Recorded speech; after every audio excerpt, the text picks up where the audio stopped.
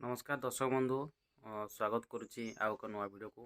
आज है एप्रिल 1 तारिख 2023 उत्कल दिवस अवसर में आपण मान अनेक अनेक शुभेच्छा एवं शुभकामना। चलतु आज टॉपिक बाबद आम आलोचना करवा।